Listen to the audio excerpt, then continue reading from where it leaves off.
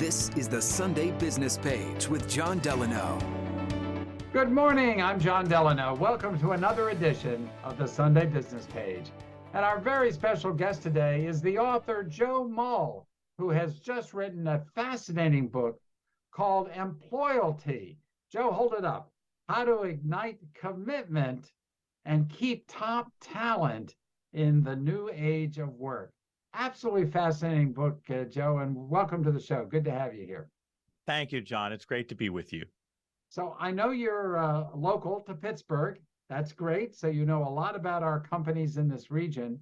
So help us to understand what exactly is employalty. It's a hard word to say.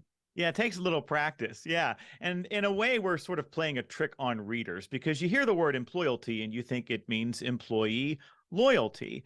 But actually, it's a portmanteau of the words employer loyalty and humanity. We define employalty as the commitment that employers make to a more humane employee experience because that's what triggers commitment at work.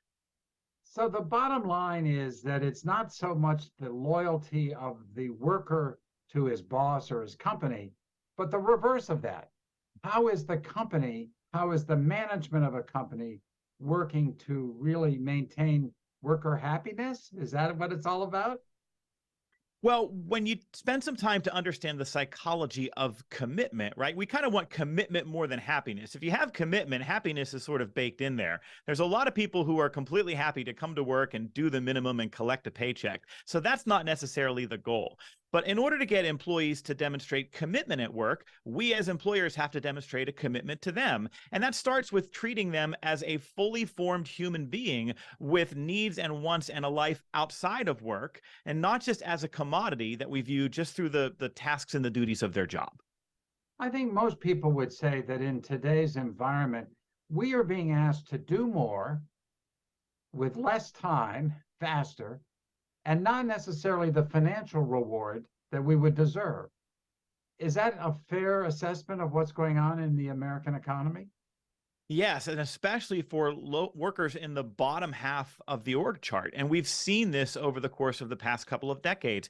We've seen worker workloads exploding. We know that the average manager has more than 30% more work and more direct reports than they had even just a few years ago. We know that for a lot of employees, the work of 3 people turned into the work of 2 people that then became the work of 1 person. And this is one of the reasons why so many workers are looking for a job change, why there's so much turmoil in the job market, because there's been a recalibration around how work fits into their lives. And for a lot of folks, they're just exhausted. They've had enough and they want to try something different. So for managers and for companies that really want to reverse this trend and want to keep their employees on the job and really ignite commitment, other than reading your book, which of course they should do, I guess, can you give us in 60 seconds the quick thumbnail? What should they do? Well, we analyzed more than 200 studies and articles on why people in a post-COVID world are quitting a job or taking a new one. And we can say with conviction that you have to win in 3 areas of the employee experience. We call them ideal job, meaningful work, and great boss. A person's ideal job has adequate compensation, a manageable workload, and a certain amount of flexibility. A person who gets meaningful work is somebody who is doing work that has purpose, that aligns with their strengths, and in a place where they experience belonging. And a great boss is my direct supervisor who spends time trusting me, coaching me, and advocating for me. When you get those 3 experiences right, you become a destination workplace. We only have about 30 seconds left, and I would say that increasingly companies mouth the right words, but they don't deliver on what they're saying. True?